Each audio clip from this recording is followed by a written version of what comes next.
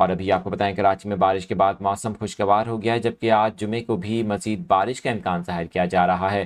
گزشتہ رات شہر کے مختلف علاقوں میں تیز ہواؤں اور گرج چمک کے ساتھ بارش ریکارڈ کی گئی۔ محکمہ موسمیات کی جانب سے کراچی کے مختلف علاقوں میں ہونے والی بارش کے اعداد و شمار بھی جاری کر دیے گئے ہیں۔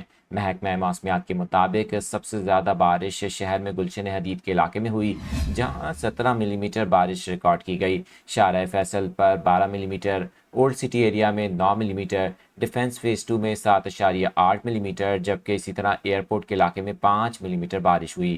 کراچی یونیورسٹی روڈ کے قریب 2 ملی میٹر بارش ریکارڈ کی گئی۔ آپ کو یہ بھی بتائیں کہ شہر میں بارش کا سلسلہ ہفتے کو بھی جاری رہنے کا امکان ہے۔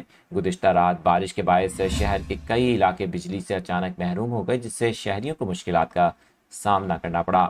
مانسون کے پہلے سسٹم کے باعث صبح سندھ کے کئی علاقوں میں بھی بادل برسے، جس سے شہریوں نے صبح کا سانس لیا اور گرمی کی شدت میں کمی واقع ہوئی ہے۔